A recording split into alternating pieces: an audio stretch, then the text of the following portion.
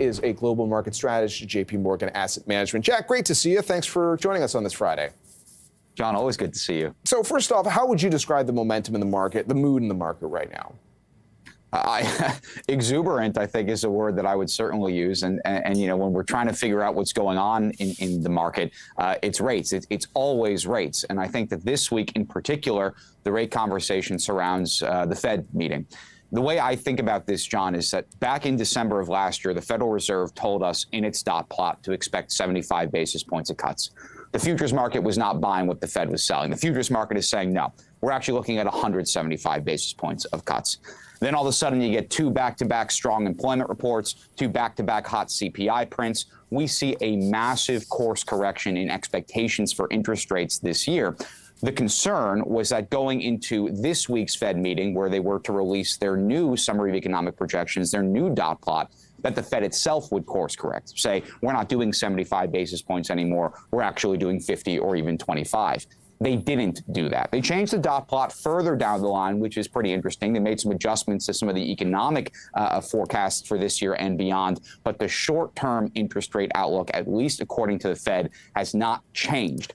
And that's great news for the equity market, because those three cuts, that's 75 basis points, has been priced in. That's what's feeding into exuberance, at least this week, I'd say, John. You still have to make calls for your clients on what you think ultimately is going to happen.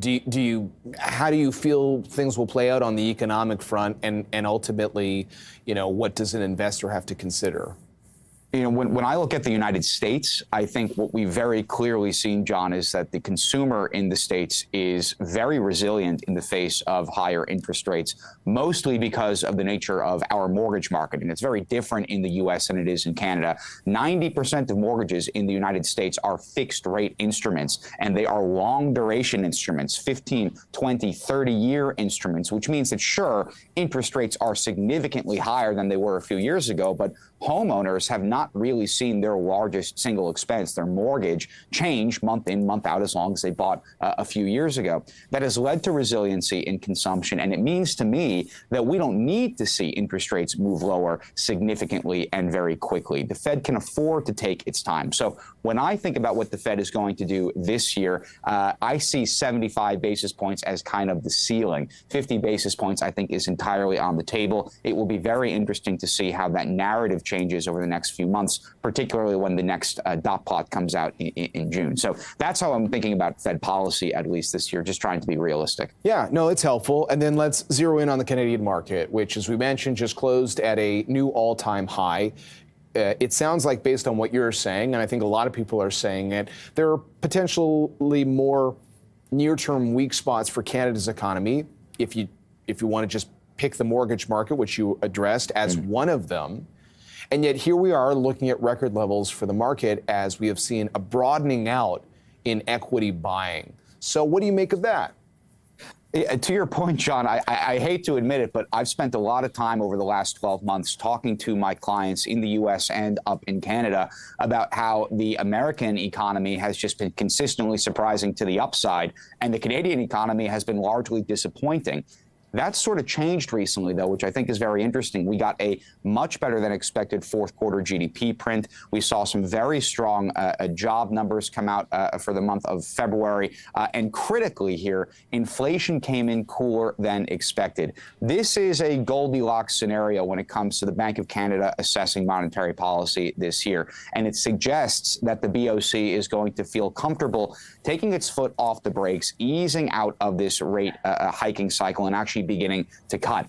That's good news for the Canadian equity market, because as you mentioned a little bit earlier, John, financials are the biggest component of the Canadian equity market, and Canadian banks appear to be under pressure because of the burden that the Canadian consumer was dealing with their mortgages because of higher interest rates. So if interest rates move lower, maybe that means that Canadian borrowers will have an easier time repaying those loans, and if the loans aren't going to be defaulted on, then the banks are in better position, and the banks have been rallying seeing in response to this new interest rate outlook. And that's been one of those leading indicators that has helped to push the TSX higher into all-time high territories. I think that's what's going on in this space. Well, we'll watch very closely. And we spoke to one economist yesterday who said, at the end of the day, keep an eye on the jobs market, because that could be one of the key factors that determines the economic outlook from here.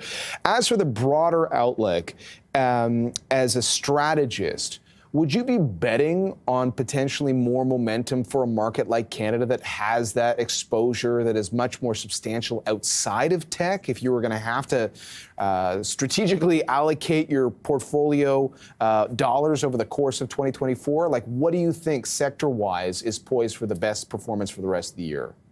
You know, the strategic is the key word there, John, because over the long term, I have a hard time believing that any cyclical market is in the position to outperform, say, the United States, which is so tech-focused, so tech-dominant. You know, over a third of our market capitalization is in tech and tech-adjacent names. And to me, technology is a long-term secular trend. It's not going anywhere anytime soon. A cyclical play in Canada, and that market is very cyclical, as we discussed earlier, makes it a sort of a complicated story when growth has been fairly anemic so far. If we do see interest rates move lower, we do see growth reaccelerate, we do see the labor market stay tight, and we see some sort of idiosyncratic tailwinds for things like the financial sector and some of the issues in there resolve themselves, that could be good news from a short-term perspective for Canadian equities. But putting the Canadian market, the TSX, up against the S&P 500 over the next 10 years, I think the winner in that matchup is pretty clear, and it's likely going to be large-cap U.S. equities. Well, and that also plays into